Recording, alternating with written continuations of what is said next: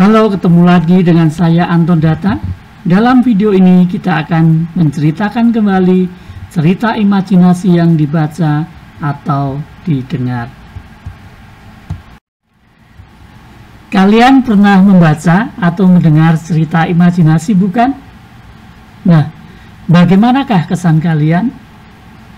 Ya, cerita imajinasi penuh dengan kejadian-kejadian di luar akal sehat, namun menarik untuk dinikmati tentunya.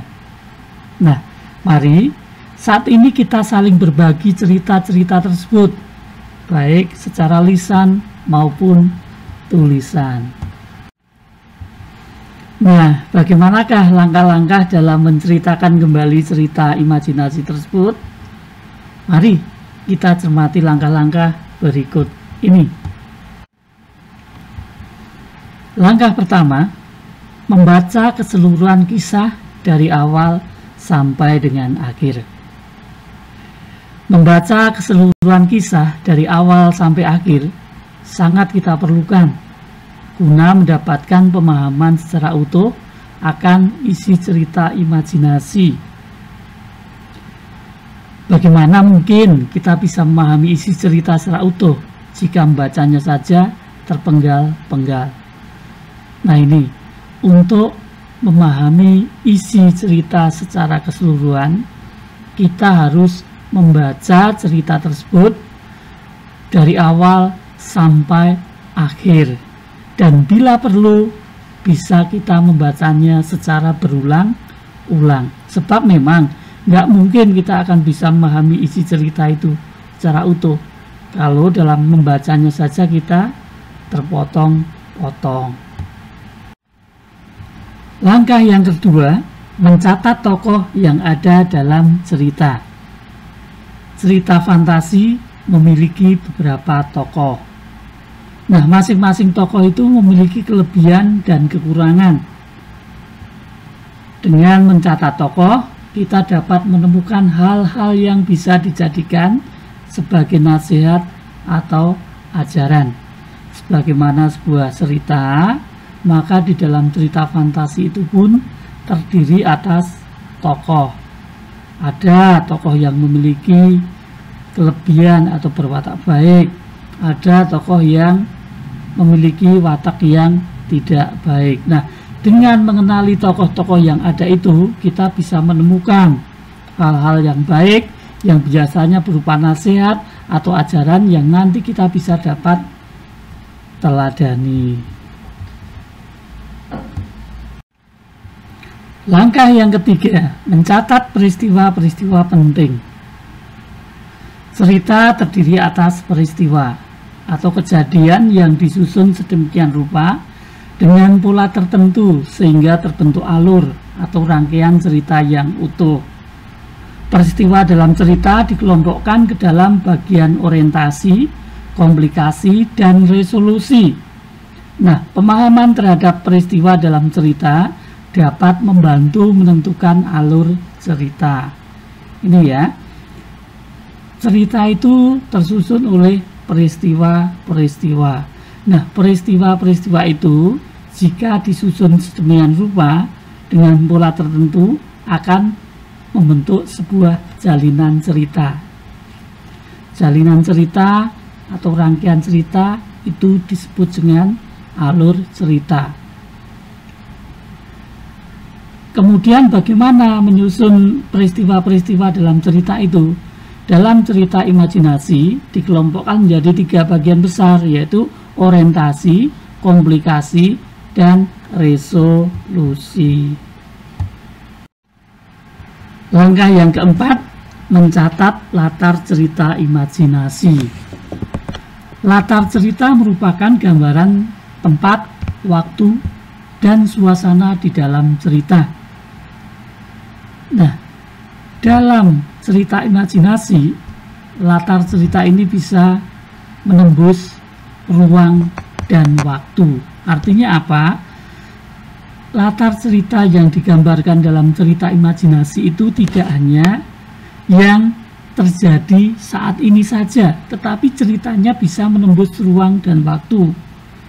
Bisa mengambil waktu yang sudah terjadi atau masa lampau, bisa mengambil waktu sezaman saat ini, bisa juga mengambil waktu yang akan datang.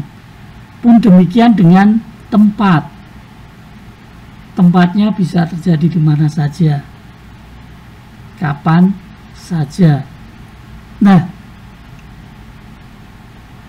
dengan mengenal latar waktu ini, kita bisa terbantu dalam hal membuat catatan mengenai kejadian-kejadian di dalam cerita tersebut. Catatlah kejadian-kejadian di dalam cerita itu berdasarkan waktu terjadinya. Misalnya, kejadian A terjadi di mana, kapan, dan bagaimana. Begitu juga dengan kejadian-kejadian yang lainnya. Langkah yang kelima, menceritakan kembali cerita berdasarkan tokoh, peristiwa, dan latar yang telah dicatat. Dalam menceritakan kembali, kita boleh menggunakan bahasa atau kalimat sendiri. Namun, tokoh, latar, dan peristiwa tidak boleh diubah agar isi cerita tetap sama. Ya, dalam kita menceritakan kembali, kita boleh menggunakan kalimat-kalimat sendiri, tetapi untuk tokoh, latar, dan peristiwa harus tetap sama dan kita tidak boleh mengubahnya. Yang keenam, memperhatikan penampilan dan gerak tubuh.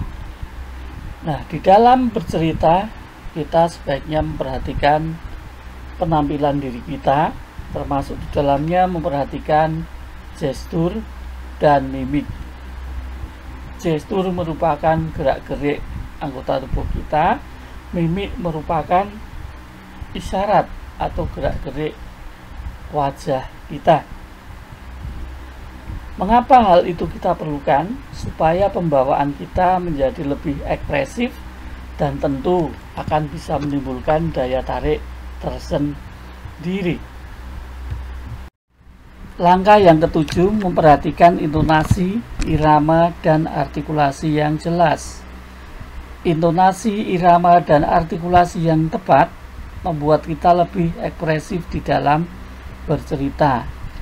Di samping itu juga membuat pendengar menjadi tidak cepat bosan mendengarkan cerita kita, karena